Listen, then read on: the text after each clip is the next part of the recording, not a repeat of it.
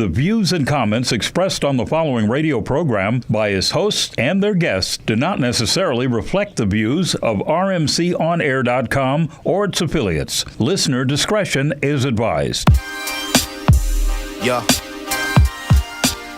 New tickle. 4:30. 7:30. 2:15. Hey yo, don't need a new style. Being dope is always in fashion. Peace to the West Coast, montage fashion. Everything's in-house, don't need a mansion. Doper than the last one. 4:30. And like me, Al mix, I spit that foul, yeah, and one. Everybody swing and holler at me if you land one. Don't need perfection, just pass on, and don't need to be signed. I ain't got a cast on, lot of opportunity. Easy bread I passed on, it just felt troubling. Now class is in session and we got them testers bubbling like Scantron, fresh out the kitchen. Signed with a stamp on, I'm on some greatness. Y'all on some lateness with no foundation, so it could never last long. I displayed patience, I done played Jason. It's Saturday the 14th, you got a mask on. Come on, pushing me to the brink. A stagger in my footsteps and I don't even drink. What up? What up, world? Hello, world. We are back like we left something. Locker Room Live. LockerRoomLiveTV.com. I am John Reid. That's Smitty Clutch over there. That's me. Hello. We got a great show for you today. Indeed. We're going to have a good time. A great time. We always have a good time. We always have a good time. And you are our family, so please feel free to call in. Make sure you check out the website, LockerRoomLiveTV.com. Check us out every Friday, RMC on air. Check us out on Instagram at Smitty Clutch. Smitty Clutch puts a lot of his personal pictures on there. I do not, but if I do, out, you can definitely see how awesome I am. But anyway, like JR said, we have a great show, man. We got a real treat for you guys. We have a living legend, Pro Bowler, Super Bowl champion, Tarik Glen, and we're going to start right off the bat. Like, we're not even going to wait. Yeah, and before we jump into the interview, we're going to play a little video to introduce you to Tarik. Yeah, just for you non-football junkies like me and JR ourselves. Who might know who he is. Who may know who he is. And if you don't, you'll quickly find out.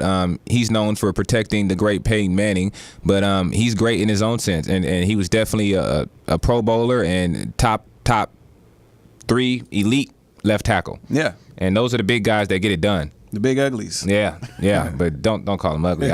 He might come to the studio. So yeah, let's get right into it. Let's show you the video just so you have a little sense of who we're bringing in. We'll have some classes at times. We're playing the Rams on Monday night. We got down there pretty close to the end zone. Damn it! We threw the ball 3 times in a row and incomplete and had to kick a field goal. We came off the field and we exchanged words of how we thought it should get done. And Jeff comes off and says, we need to be running the ball down there. And I just snapped. Hey, quit calling the plays, all right? Hey, we got to run the ball. When we pass blocks, we'll run the ball. Can we run it down there? This play, we run it down. Yeah, Jeff, Okay, so we will. All right, when we call pass plays, block. I was totally outmatched, size, strength, you name it. No, he's calling plays. Go sit down. He's calling plays. I will sit down. Don't quit yelling. Hey, go sit down. No, we're cool, but y'all quit yelling. Over here telling us how to He's doing it. Come on, he's yelling out.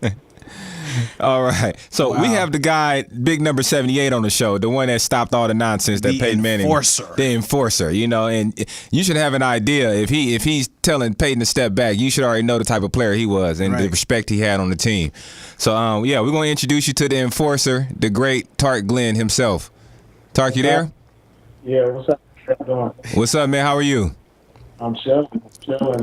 Indiana, man. We got the Eastern Conference out here. Right. And so are you a Pacers fan now? I'm always with the Warriors, but, Okay. Indiana, for the Pacers. Okay, we just had to make sure. Okay, so let's get this interview started. We want to thank you for coming on the show. We really appreciate it. Yeah. And just tell the world some of your greatest accomplishments. Like, what are you most proud of during your football career? Obviously, I had a lot of accolades in playing football. I went to 3 Pro Bowls, I won a Super Bowl. I think one of the most fulfilling things that I've accomplished is we started a nonprofit organization here in Indianapolis called Dream Alive, and we mentor 7th through 12th grade inner city youth. And we actually have six of our original students are graduating from high school this year. And so it's just rewarding to kind of see, just the work that we've put into these 6 students and just seeing them fulfill their dreams and meeting their goals and sending them off to college, man, it's real fulfilling. That's amazing. So after retirement, is this what you jumped right into? Yeah, jumped right into it. And, it's been rewarding, and I'm still able to stay connected with football by being here in Indianapolis. I do some things with the Colts, but at the same time, I can spend more time, investing in the city. Got it. That's great. Hey, Tarik, this is JR. I got a question for you. So that's really cool to hear about what you're doing off the field.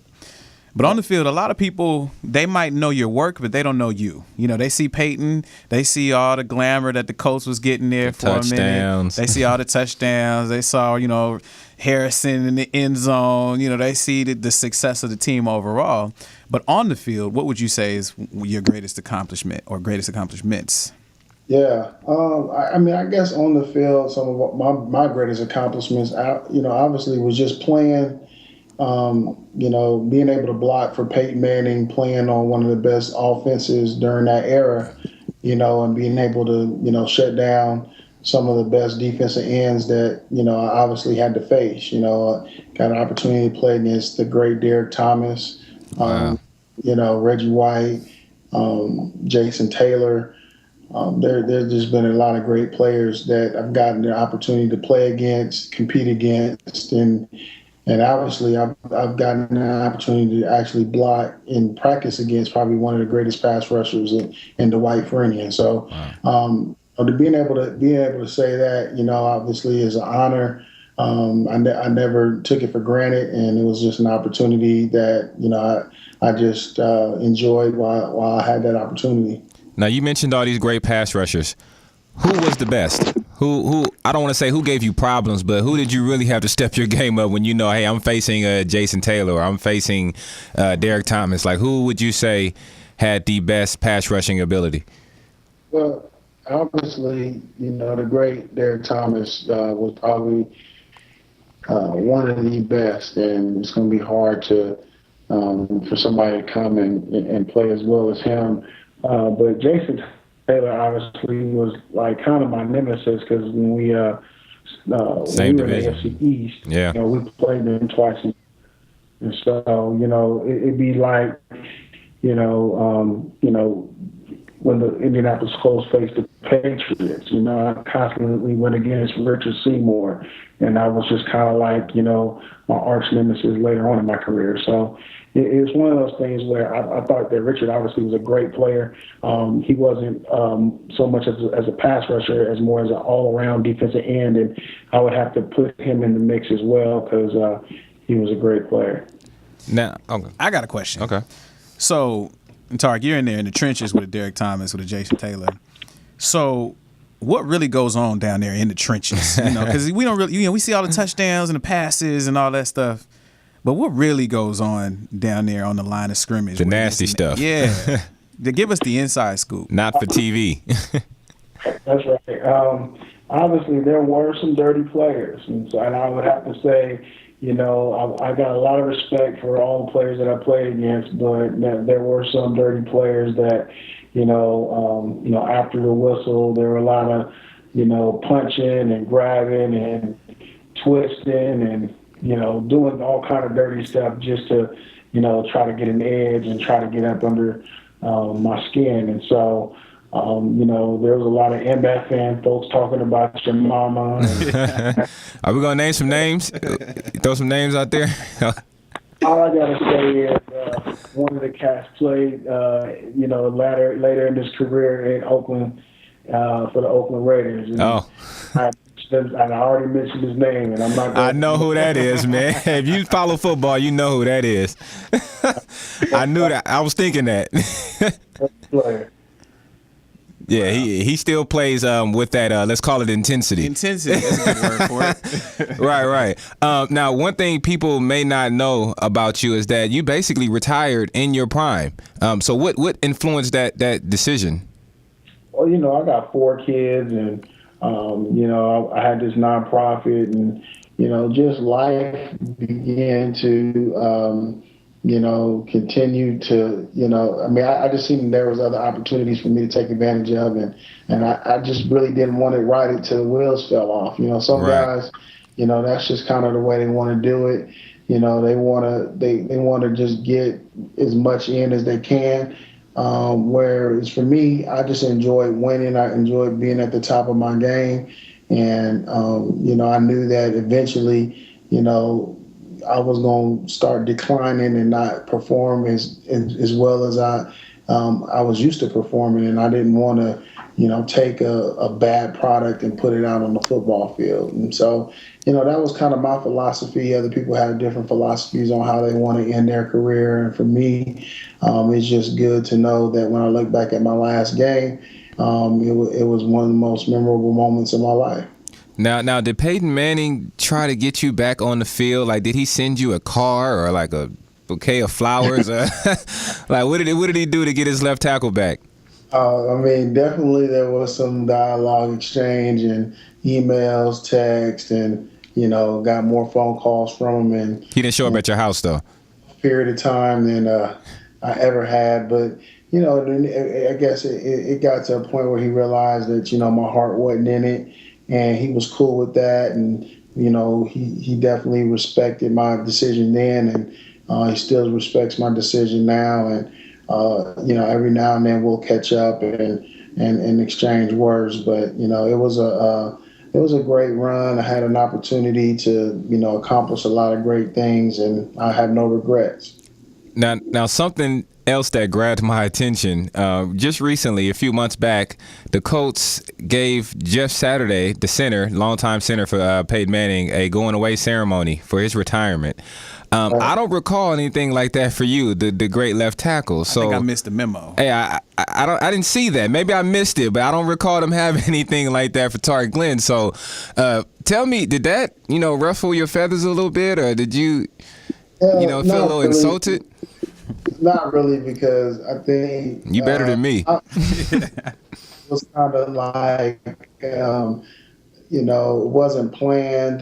It was something that folks. It took the owner, it took the front office folk, it took the coach a while to just kind of get over the fact that I wasn't coming back. And so for Jeff, he had already left the Colts the year before and played for another team, and so they could plan it out. They had already had their mourning process with him not being here, and so I just kind of look at it as the timing. It was great for me. It was bad for everybody else, and so it took everybody else a little while to kind of get over the fact that that I had chose to walk away from the game. Okay, so it wasn't any animosity, or they weren't a little salty that you left. Well, yeah, I think they were a little bit. But, the reality of it is that I hold no grudges, and Jeff Saturday is one of my best friends, and so for me, I felt as if I want to celebrate his retirement and his decisions and what the Colts chose to do for him. I can't, compare it, to what they did for me. They appreciated me when I played, and they still appreciate me now. And I don't compare how they treat me versus the way they treat him or any other player. You're a good person. You're a lot better than me. But speaking on the relationships that you had there on the team, as we introed you, as we brought you on the show, we played a video that showed, a very dynamic, interesting conversation you were having with Peyton, and I guess Peyton was having with the line. Basically, you had to punk him real quick. That's what he's trying to say. And how often did that happen? Like, what was the pecking order? I mean, you got Peyton there, and obviously he's the star of the show. At least everybody perceives that to be the case. But I would imagine, with that type of ship that you guys were running, there was run-ins like that quite often, or was it not? Was it just a well-oiled machine? How often did something like that happen? No, yeah. Well, we just happened to get into an altercation when Peyton was mic'd up. Obviously the quarterbacks aren't mic'd up every game. And then, Peyton was, a feisty competitor. That's what makes him a great player. And so every now and then he would overstep his boundaries and try to get in our grill and act as if he was greater than thou. And the reality of it is that Jeff had some words for him. He had some words back. And he started going through his antics. I don't know if he was showing out for the microphone or what. The reality of it is we was there to win a game. Him yelling and cussing and all that stuff wasn't productive. And so that's kind of how that transpired. Do you remember that game? Oh, yeah. Were y'all winning or were y'all losing? I mean, it seemed like y'all was down by 20 points. Yeah, we were losing, man. I mean, the Rams at that time had one of the best offenses in the league as well. I think that's when they had Marshall Faulk and the greatest show on turf, and all those guys. And so, it was one of those games where we had to outscore them, and we were turning over the ball, not scoring in the red zone, and it was a little frustrating in the first half. But the second half, I think we turned it around and won that game. Cool.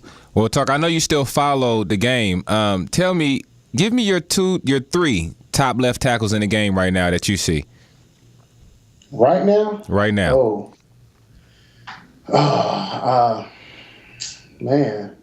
I think right now, man, these guys are young, and it's kind of hard to keep up with them. But I guess I would have to say, I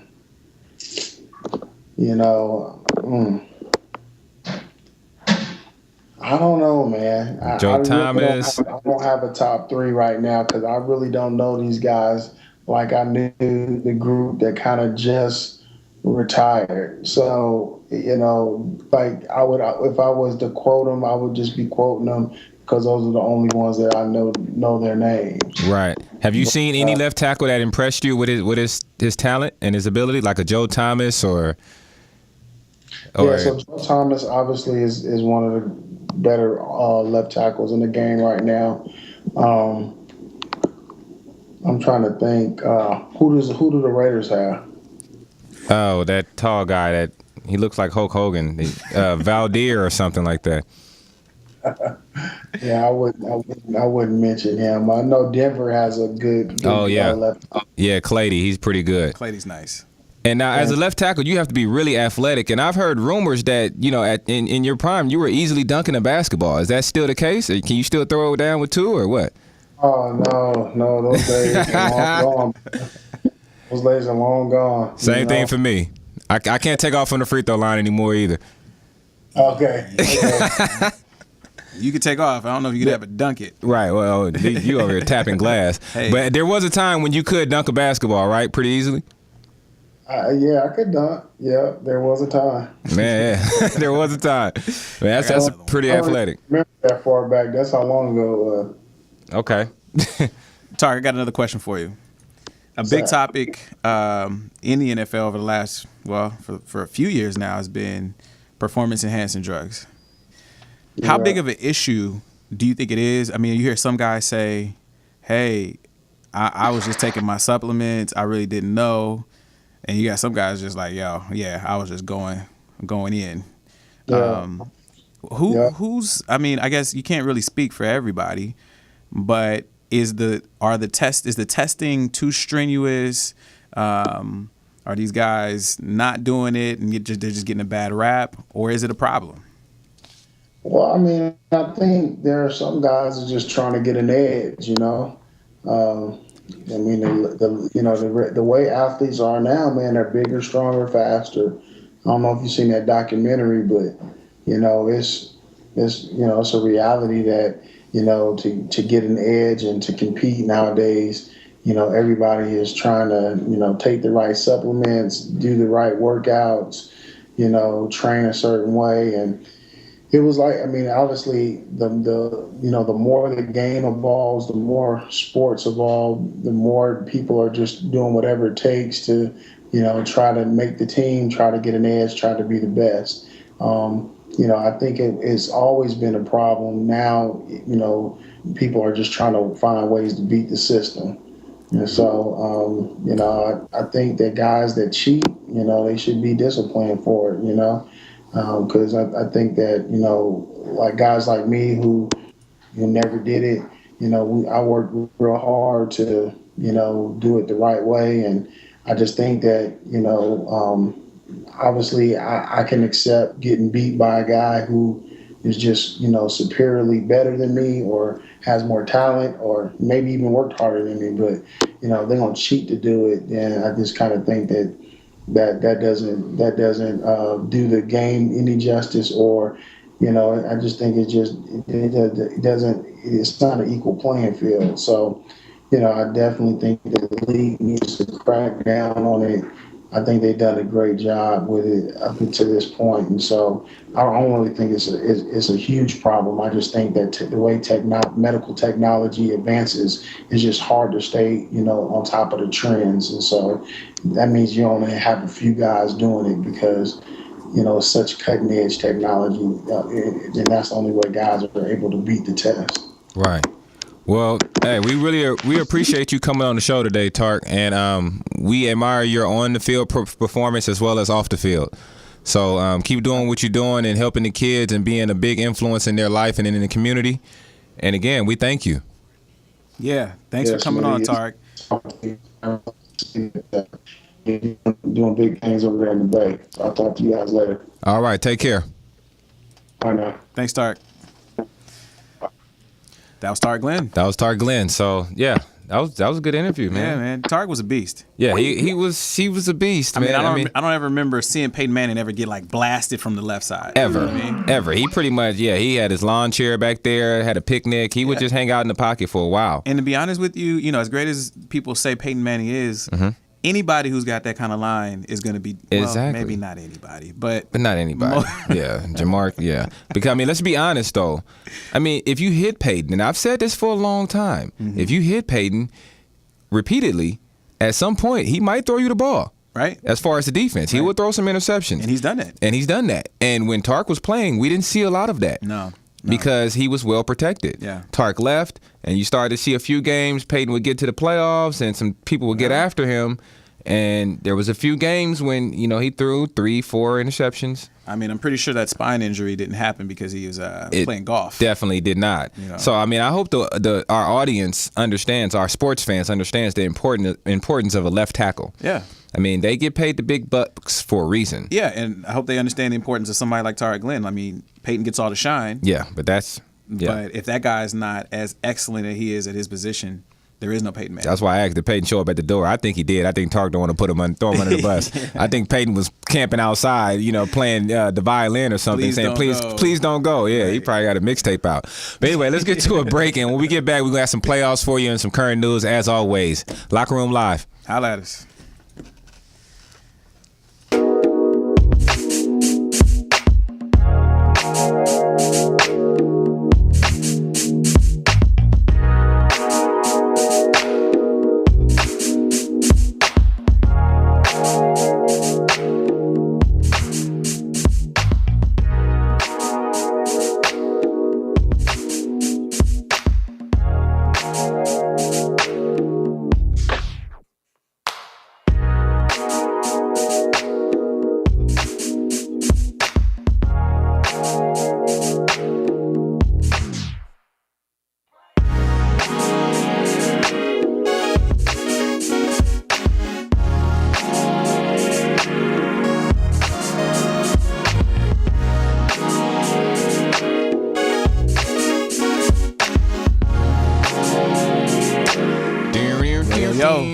Hey, that was I think it's Irk and Jerk, Bay Area hip hop. Yeah, it is. Ain't been nothing to come out the Bay for a minute. Yeah, well, I mean, they got some other turn up ratchet songs, whatever the young kids are saying these days. I like that one. That makes me want to groove. Which that one? makes me feel right there. That we just, that one. Yeah, that one's hot. Yeah, that one's makes not me want ratchet. to put on my steppers. Nah, that's grown and sexy. Grown music. I feel grown these days. But there's some other stuff coming out. I just, sounds like a bunch of noise to me. I mean, but they're all talented. I mean, who am I to say, right? Well, I don't know if they're all talented. Well, right. I'm trying to be nice here. You're just cold-hearted, man. Saying. Trying to support the young artists coming up. You know what? I'm sorry. I have to go in. What's up with the Molly movement? I mean, can we speak on that for a second? I don't know. Who so said that was cool? Like that was a good idea. I have no idea. I don't think they use it in sports, do they? Or do they? I don't Maybe. know. Maybe for the games. That's they got this Adderall stuff going on. Right. Maybe. Yeah, I don't know what that's about. Right. Anyways. I digress. You do that a lot. Hey. Anyway, playoffs. At the same time. Right. Where's Iverson? Right. Hey, Iverson, what's up, man? Practice. Practice. We don't practice. Right. Spurs and Grizzlies, man. It's now over. That was quick. Right. So, I didn't even see it. Yeah, so if you see Tayshaun and Tony Allen and Marc Gasol out fishing, you know why. Right. They went home. Great team, though. Great team, good physical team. But, yeah, they got sent home. Yeah. And it was a tough series, but, well, not really tough, but they got swept. And part of the reason was Tony Parker. Yeah. Tony Parker exploded Game 4 for 37 points. Yeah. I mean, go ahead, bro. I mean, he just went off. I mean, and he didn't stop going off. I mean, he dominated the game. Let me tell you how. He scored 14 of those 37 points in Game 4 in the paint. That's amazing. He's 6'2". For someone who's 6'2". That is amazing. Right. I mean, I've always admired that about Tony Parker. The guy is the best finishing guard in the NBA. I mean, I don't even know what you can say about it other than dude's just a beast. He's just a beast, and he dominated. Practice that. And trust me, I have a lot of friends that were telling me, "Oh, Mike Conley, and he got a lot of media publicity." And don't get me wrong, he had a good year. He had a very good year, career year. Yeah. And he's a solid basketball player, solid point guard. But I just couldn't jump on the hype train. No, I could not, because especially when you put him up next to somebody like Tony Parker. Exactly. I always trust my eyes with these things, and there's always stats to support however anybody wants to argue as far as players are concerned. But when it comes to Mike Conley, I trust my eyes, and the eye test told me that he was a solid point guard, but not a star by any stretch of the imagination. And the crazy thing about stardom, as far as Tony Parker is concerned, is he wasn't shooting half-court shots. No. He didn't dunk on anybody. No, he's just efficient. But the consistency with the efficiency is amazing. And what tells me that Conley's not quite there yet, you look at the Warriors series. Yeah. The best coach in the NBA, Greg Popovich, made the adjustment to stop Curry. Put Kyrie Leonard on him. Put the Green on him. Yeah. You didn't see those adjustments against Memphis. No. Tony Parker, which is he's probably the weak link of that team defensively. Not saying he's bad, but he's not one of the stronger defenders. No. Was pretty much guarding Mike Conley. Right. So I think that shows you that Mike Conley didn't make the chalkboard for Popovich, and that says a lot. But again, I love Mike Conley, but really what happened was Zach Randolph was shut down by Tim Duncan. I was going to say, what happened to that guy? Tim Duncan happened to him. Once again, the quiet master. The quiet technician, the fundamental, down. Mr. Fun. And I don't think people realize how great of a defender Tim Duncan is. He's a great defender, one of the best of all time. Yeah. I admire the guy because he's had it all. He's done it all. He's a Hall of Famer. He has rings. He's already considered the best at his position. And what did he do this offseason? Lost up to 10 to 15 pounds to get in better shape for this season. Still working. What is he, 37, 36? He looked like he's about 57 now. Oh, man, that's mean. But he's Dominican. They age well, like maybe it's a we shaving thing. He don't shave. Maybe, but whatever. He lost the weight. He lost the weight, and I admire that. Stars, legends that perfect their craft. Absolutely. It's all about mastery. Absolutely. Again, the funny thing is, so do you think that David Stern was happy when the Spurs won? I mean, not that Memphis is any better. I don't think anybody outside of the city of San Antonio was happy that the Spurs won. Right. I mean, it's like watching paint dry. I mean, because that leads us into our next segment. We're going to talk about the Heat and the Pacers. I think if the Pacers win the next series, or if they get close, I think David Stern might show up to the game in a Heat jersey, and him and the powers that be. I mean, can you imagine the Pacers versus the Spurs in the finals? Yeah, I'm going to go ahead and switch over to baseball season. Look, this is what we do, and I'm telling you, I'm going to have to force myself to watch that series, and I love the game. Yeah. And I love the players in it, but that is that's snore. I think they know that that's not going to be good for basketball. Yeah, that's a sleeper. So LeBron, hey, do your thing, buddy. Yeah, do your thing. I guarantee you that the powers that be are calling LeBron saying, we need you here, buddy. Or maybe they're calling Joey Crawford. And saying, maybe they're calling Joey. We'll talk about that a little bit later. But I figured you would go there. I didn't want to accuse anybody. Since we're speaking of the Heat Pacers, and let's run that highlight video so you can see what's going on. The series is currently at 3-2. Yeah, so we got a real series. And this is probably the best series in the playoffs right now. Yeah, I mean, the Pacers are not afraid of the Heat. No, they're not. As you see, Paul George taking over right now, going into the big man. And this is the thing. The Pacers have a clear advantage inside. Absolutely. I mean, Hibbert, come on. I mean, he is killing. They have an advantage over everybody. And you have this up-and-coming player, George, who is just shooting it everywhere. Yeah. Now, it looked good right now, right? Until the man, the myth, the king, LeBron gets started. Right. But before that, we had a little shenanigans here. He got a little chippy. This has been a physical series as well. Exactly. Look at that. Wow. And he wasn't kicked out when that happened. Yeah. Once again, I think they want the Heat on the floor. Exactly. But now they went back and looked at it, and Chris Anderson, the Birdman, has been suspended for Game 6. And that's going to be big because that's a big rebounding. That's a big loss, and I'm going to talk about that in a minute. As you see the Birdman there, he got a little physical with that guy, and then he did it the basketball way by tossing his stuff to the first. Probably what he should have did in the first place. This game was really about. So sometimes it's okay to push people. Well, yeah, he got suspended. So hey, this is the playoffs. This is when LeBron took over, as we knew he would. Third quarter, the man went crazy. Yeah. As you see, listen, in this third quarter, he was responsible. He assisted or scored on 25 of the Spurs' 30 points. That's what you call a factor. That is being a factor right there. And I'm impressed with the way he's developed his shooting. First was in the league. There it is right there. Bottoms. He wasn't a consistent shooter. I agree. This guy's hitting three-pointers like they're free throws. I agree. I mean, like we said about Tim Duncan, I respect legends that work on their game. LeBron is obviously a future Hall of Famer. He's a legend to be. And he's still working on his game. He's worked on the post. The jumper has improved so much. Yeah. And Udonis Haslem right there had a great game. That's the goon of the team. I like to say he's about that life. Like really, even when he cut the braids off, you know Haslem is about that life. And there was a time in the game where he got a little physical with David West, and David West was trying to chump Chalmers. Yeah. And Haslem stepped in. You need that guy on your team. You definitely need that guy. You need that guy. Say, hey, look, you're not gonna push us around like that. Yeah. Let's get back to LeBron. Okay. Third quarter, he took over.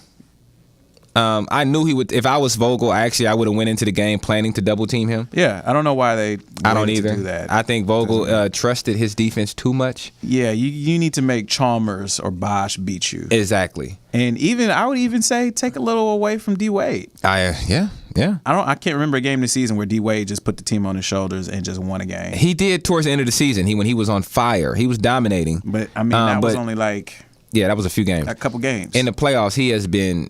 They said that he's injured, but he has not looked good. Him and Bosh combined for 17 points this game at home. The whole game at home. That's not what you're looking for from two of your max players. No. The big three. No, that's not. And speaking of that, well, first let me make this quick point about Spoelstra and his coaching. I don't agree with the small ball at all for this series for Miami. Now, some people will say, "Oh, this is their identity. You can't get away from your identity." Yes, you can if the strategy is better for your team. And I say that because Indiana is powerful inside. They have 5 great rebounders. Top rebounders, top 10 in the playoffs. You have Paul George, who's in the top 10 category in rebounding. Hibbert might be leading the playoffs in rebounding. Hansborough's coming off the bench giving you top 10 offensive rebounding. Lance Stevenson, a guard, is one of the best rebounders in the playoffs as a guard. Yeah. So going into this series, I think Spoelstra should have saw this and strategized. Is that a word? Yeah, like motivize. Okay, because motivize, I see. Motivize and strategize, you correct me if I'm wrong. Don't let me just, say some stuff that I made up. Right. But he should have saw this coming and went. I like the lineup with Birdman and Bosh. Yeah. Because Bosh can still stretch the floor. He can still shoot the three-pointer, and you don't get killed on the glass. But here's the thing. As a coach, it is about strategy, and you combat strength with another counter strength. Right. Right? So it makes sense to go small if you got shooters. Okay. Right? But if you don't have sharpshooters, okay, you got a Ray Allen. Okay, cool.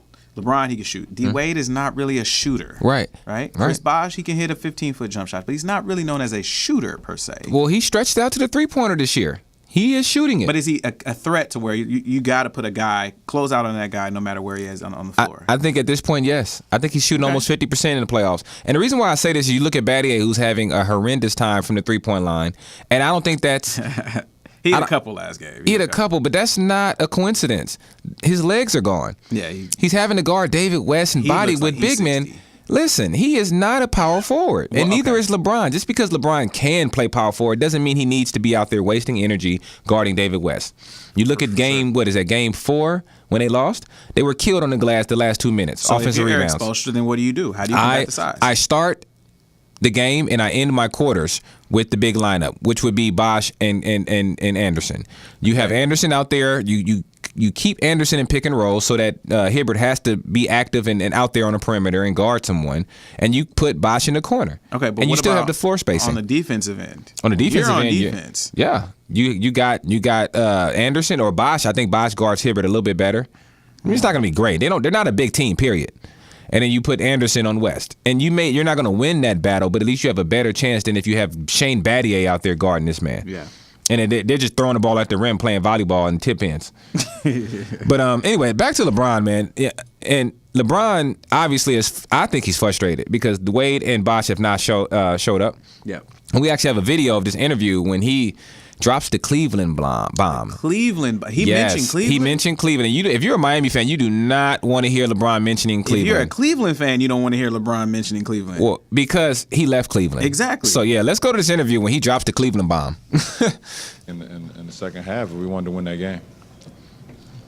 LeBron, in the third quarter there, did it reach a point where you sort of realized, for whatever reason, it was going to be Dwayne's game, it was going to be Chris's game, that maybe instead of sort of equal opportunity, that's just when you had to go and make it your game? Yeah, I kind of just went back, to my Cleveland days at that point, and just said, let's try to, make more plays, be more of a scoring threat as well.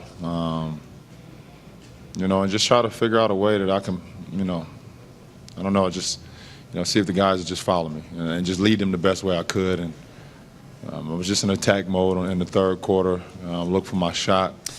And, luckily, I was able to make some. So, yeah, he says, I had to go back to Cleveland mode. Ooh. Right? Okay, so there's a lot of things that he said. There's a lot of things that he said by saying that. Man, that's a shot to me. To who, though? Wade and Bosh, period. And to the whole city of Cleveland. Or actually the people who were on that team when he was in Cleveland. And those people who I don't remember at the time. You don't remember Anderson Varejao? I do remember SpongeBob.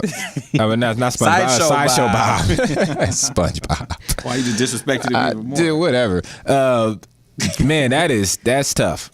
Yeah. And I think Miami and Wade specifically and Bosh need to hear that, and they need to show up in this next game. Because essentially he said, these guys aren't pulling their weight. I got to put the team on my back, and I got to win it for us. Well, just, on a personal level, it made me smile because that just makes me believe we're one step closer to getting Bosh and Golden State in 2014. Yeah, I know. I dream big, buddy. You do. I do. That'd be nice, but I don't know. Something else that was really big about this series was in Game 4. There was some questionable calls from the great Joey Crawford. Yeah, and we have a very fun video that we're gonna watch and break down the great Joey Crawford. Right now, Joey Crawford, for those of you who don't follow basketball like me and JR, he's a very animated, no nonsense referee. He's probably the most well known referee in the NBA. Looks like Popeye.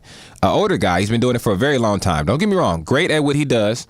He's pretty much the enforcer as far as referees go. You don't mess around with Joey Crawford. No. He's known for throwing people straight out of the game. Yes, I was going to say there's a reason why you don't mess with Joey Crawford. Right. But in Game 4, there was some questionable calls down the end. There was a shot clock violation that, the league looked at, and LeBron fouled out in Game 6. With a 6th foul. On a questionable call. On a really questionable call. But something I noticed personally about Joey Crawford is I think he's getting a little bit beside himself as a referee. I honestly think he's losing it. I think he's getting a little something. Yeah, he's getting a little Alzheimer's, something, dementia. One of those joints. He's just doing too much.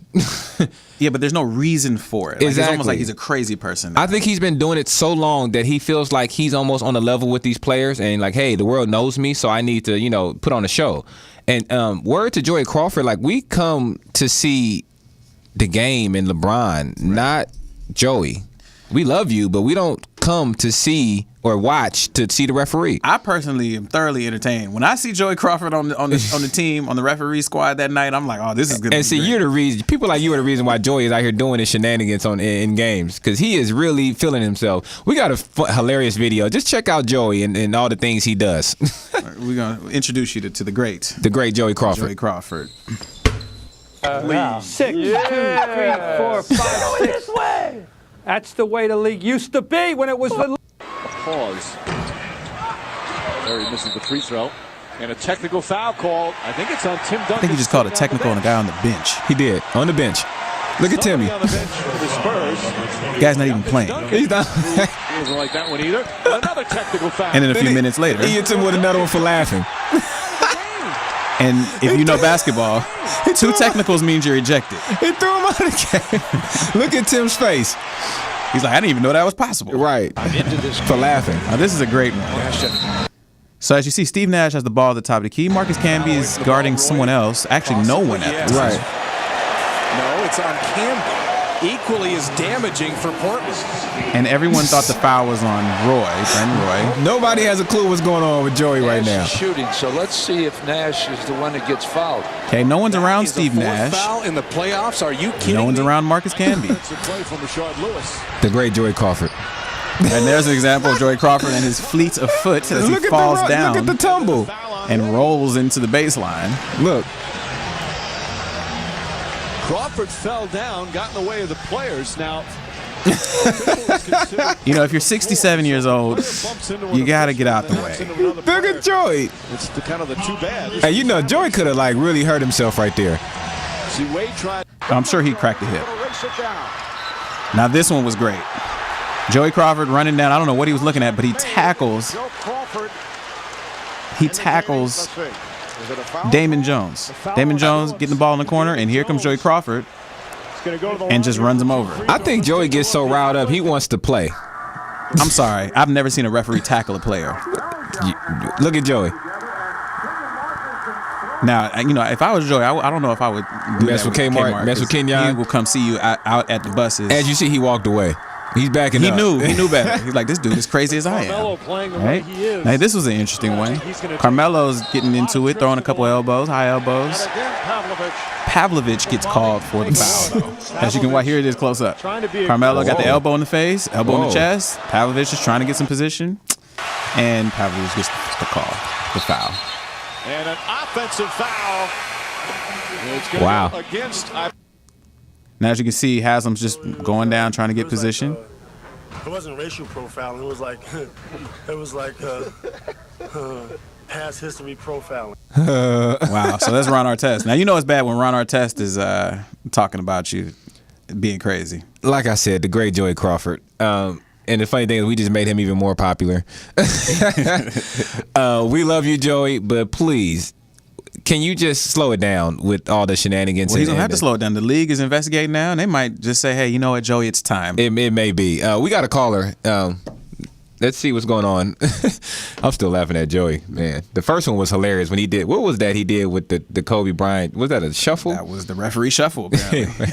Hello, caller? Yo. Say your name. Where you from? Yo, this is Dougie, the fanatic. Oh, Dougie.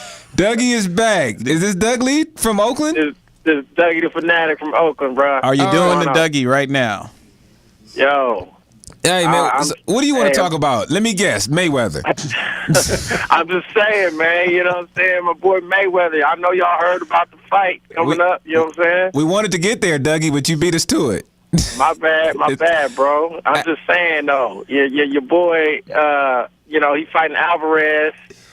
You know what I'm saying? A lot of people talking mess. You know, everybody want to see Mayweather go down. Right. Okay. Not happening. How do you feel about that, Dougie? Because we know you are Team Mayweather, whether Mayweather knows it or not. But you are Team. Are you on the payroll?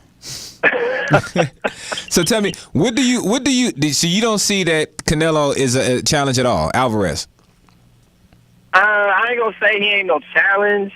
You know what I'm saying? Canelo, he decent, I guess. I guess you could say. He cool. But he ain't really fought nobody. He ain't really fought. Who he fought? He just beat a very, very, very good boxer in Trout. In Trout, right. And outboxed him too, might I add. Did you watch the fight, man? That's arguable. It's arguable that he won that fight. Yeah, but Trout's a good fighter, and he did it a way that we didn't think he could. He outboxed Trout. Okay. He outboxed Trout based on what the judges saw. I'm not going to say that Trout won, but I think that could have been a draw easily. Okay. That easily could have been a draw. Fair enough. Trout's a good fighter, in my opinion, Trout dominated Cotto. Right, definitely. They fought, and he dominated Cotto. Let me ask you, do you think Alvarez can beat Cotto? Ooh. Right. See what I'm saying? Like, now this is not when you ask me that question, are you asking me Cotto that fought Mayweather or current Cotto? Because the Cotto that fought Mayweather to me was the old Cotto before Margarito put the cinder blocks in his glove. Okay. And almost killed the man in the ring. That's a good point. Fair enough. The Cotto that fought Mayweather was very solid Cotto. Right. You know what I'm saying? Brought a lot to the table. He looked like the old Cotto. Right. But that same Cotto got his ass whooped by Trout. Whoa. All right, Dougie. I'm sorry. It's all right. It's all right.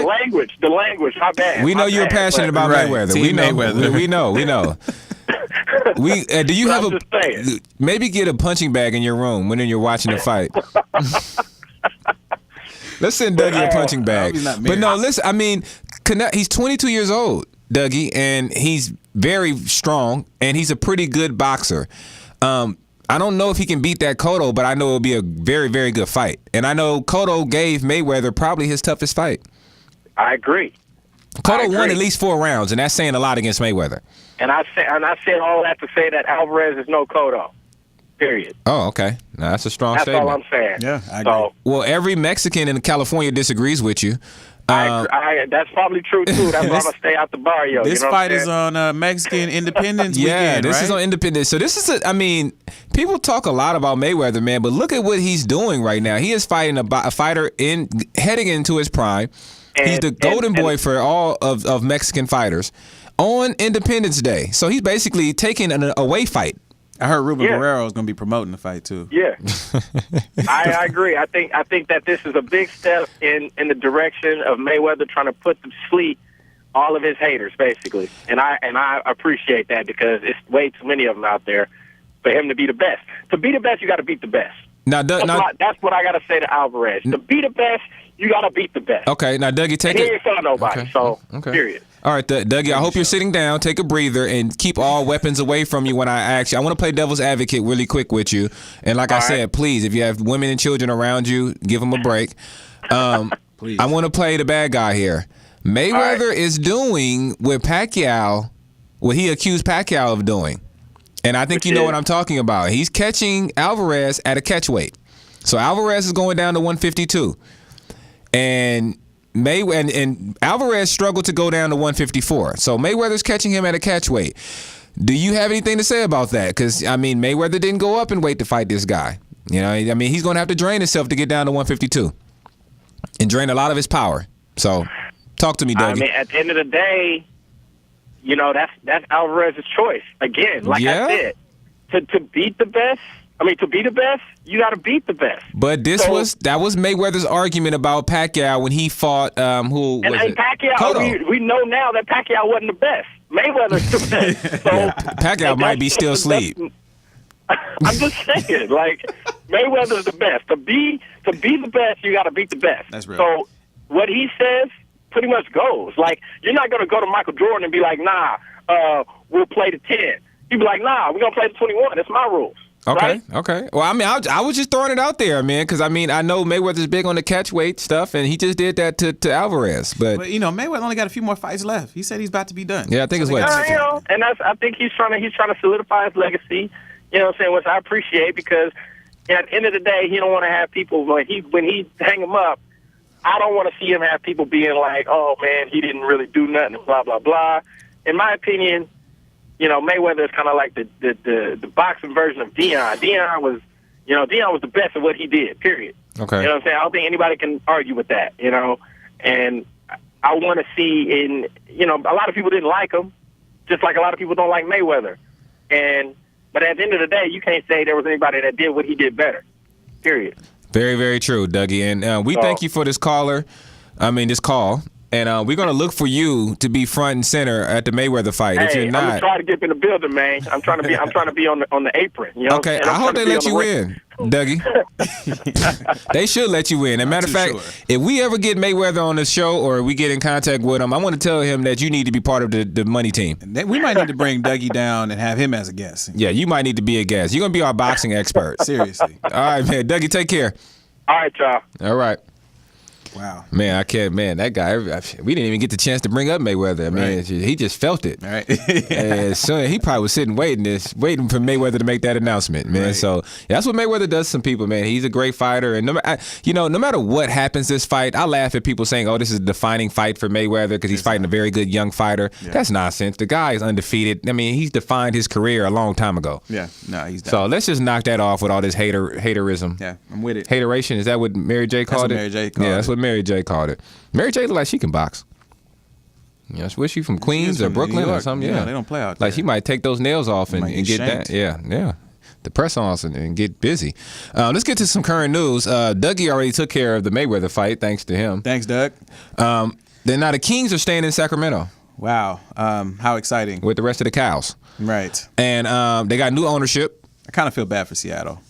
I know, man. They lost the Supersonics, and I know that was all they had. Oh, they got the Seahawks in rain. It rains all the time. Right, exactly. They need some hope. They got Beast Mode out there, Marshawn. Right. Shout out. Yeah, he should be coming on the show pretty soon. Definitely. Now, they hired one of my favorite coaches, and it hurts me to say this, Mike Malone. Hey, when you winning and making moves, man, people call your name. So if you don't know who this guy is, he was the Warriors' assistant coach. He pretty much had control over the defense. Yeah. He turned the Hornets around. He coached there as an assistant coach as well. He's a beast. Man, this guy is a great coach. He's getting his shine now because of that. He's been, the league, the NBA circle knows about Malone, and finally he's getting his opportunity to be a head coach. He's a real X and O guy. Yeah. I personally felt like he was the X and O guy for the Warriors. Mark Jackson's a great motivator, preacher man. That's what he does, right. But when you looking at that huddle and you see that clipboard, it was in Malone's hand. Exactly.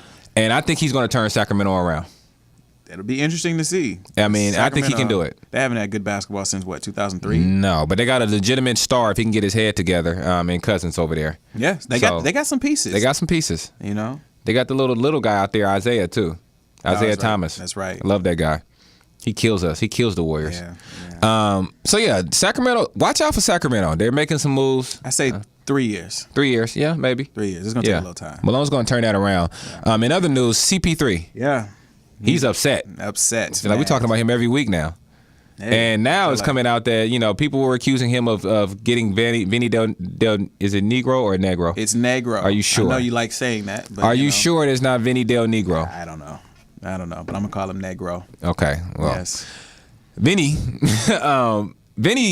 had an interview when he didn't say that CP3 got him, fired, but almost insinuated it. Yeah.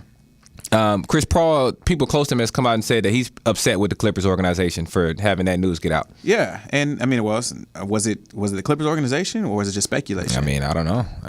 Because everybody just knew that. I think Chris feels like the Clippers speculated. Well, how about this though? He didn't do anything to keep Vinny. He didn't say, "Hey, ownership, we should keep this guy around. That's how I feel. So I think CP3 is trying to control his reputation, but buddy, nobody's stupid here. We know how these things go. All right, look, and David and then Sterling, the owner of the Clippers, came out and said, "Hey, look, it's a players' league, so they get what they want." That's to me, that says, "Hey, he was trying not to throw CP3 right. under the I'm bus. trying not to, but you keep asking me, right?" And another news: Howard may go to the Rockets. What's new? I mean, I don't even care anymore. I seriously, that's why I said it that way, because look, man, from now on until the free agency ends, we're going to hear Howard going to Houston, Dallas, Bangladesh, Istanbul, every city, every team you can think of. So Howard will probably be rumored as going there. And so until then, yeah, I don't care that much either. Yeah. Sorry, we're cheating you out of that news world, but we just really don't care that much. No, we don't.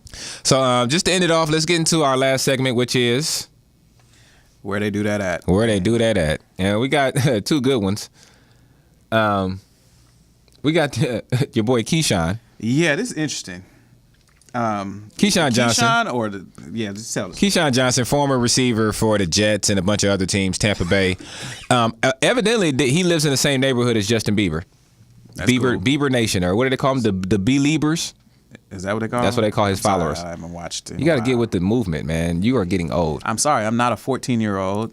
You calling me? I'm just saying. Oh, man, you just called me a 14. That is brutal. I'm just saying. Your show going in. I got some words for you. Keyshawn apparently was driving through his neighborhood, and Bieber, I guess, flew by him or was speeding. So Keyshawn took it upon himself to chase him down and tell him about himself. Well, they said he was driving over 100 miles per hour. Yeah, that's crazy. In a residential area. Right, yeah. Like a gated community. All right, now don't get me wrong. Like, Bieber is definitely wilding out. He's losing his mind. But I just felt it was kind of like he could have caught up with Bieber later and told him, hey, slow it down. He didn't have to chase. I think Keyshawn is bored or something right now. I mean, leave Bieber alone. Well, then I heard he chased him down in a Prius. In a Prius. And see, that I don't want to say too, but I feel like Bieber was probably in one of those, what's that, Fixster or whatever that's car called, Lambo. Lambo, I think. Yeah, one of those crazy cars. And I think the speed, the youth, the I don't care attitude just made Keyshawn upset. And he got in that Prius with that silent engine and ran him down. Ran him down, right? Yeah, I mean, it just seems like Keyshawn might be a little bit upset about some things. Hey, and Justin Bieber, last month we were talking about that. He got 3 tickets in one day. Right. So I mean, obviously this guy has a little bit of a problem with speed. But yeah, he's losing it, right? And he crashed his car, or somebody crashed his car.